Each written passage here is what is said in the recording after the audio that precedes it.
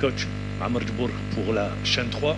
Alors coach, après le match contre la Sierra Leone, vous avez été le premier à parler des conditions tout à fait objectives qui ont peut-être influé sur l'entame du match et sur les joueurs.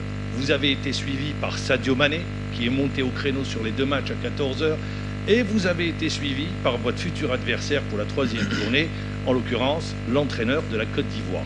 Pourquoi je rappelle ça? C'est des raisons tout à fait objectives dont vous avez parlé. Pourquoi la Côte d'Ivoire, ils ont joué à 14h ou ils vont jouer à 14h? La question lui a été posée sur les matchs quand il a vu, il a dit oui. On l'a vu. Non, le coach, s'il vous plaît, permettez-moi d'intervenir.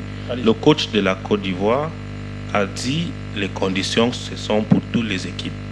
Il n'a pas parlé des difficultés créées. Attends. Non, il n'a pas dit ça.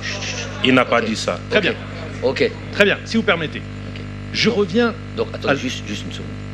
Le coach de la Côte d'Ivoire, qu'est-ce qu'il a dit? Il a dit son équipe n'a pas encore joué à 14h. Il ne peut pas faire une déclaration par rapport à ça. Ok. Et il ne jouera pas à 14h dans cette phase de groupe, en tous les cas. Très bien. Puisque ces matchs sont programmés, le prochain match à 17h et au moins à 20h après. 17h, 17h, ou les deux prochains matchs à 17h. Les 2 prochains matchs. Donc il n'a pas. À la limite, c'est nous qui sommes le mieux placés pour parler des matchs à 14h, puisqu'il n'y a pas goûté. Donc quand même qu'on nous rende ça. Peut-être que j'ai pas bien compris. Non, mais le plus important, Sadio Mané.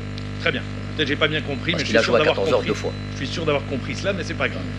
Je vais revenir sur l'analyse du match. Je vais prendre un chiffre pour le match contre la Sierra Leone.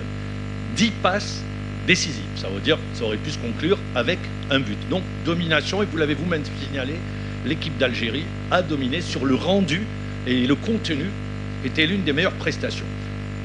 Sur quoi vous allez vous appuyer justement à travers ce match pour préparer ce 2e match contre la Guinée équatoriale? Et la question à Youssef Attal, l'état d'esprit du groupe après le 1er match et pour préparer ce 2nd match. Merci. Bon, déjà, pas besoin d'en faire tout un... On a tous dit ce qu'il a dit, ce qu'il n'a pas dit. Le plus important, restons focus sur cette histoire de match à 14h. Nous, on ne connaît pas la programmation. Je ne suis pas là pour venir. On a tellement de boulot. On va s'occuper de nos affaires déjà. Comment faire pour gagner les matchs que de s'occuper de la programmation.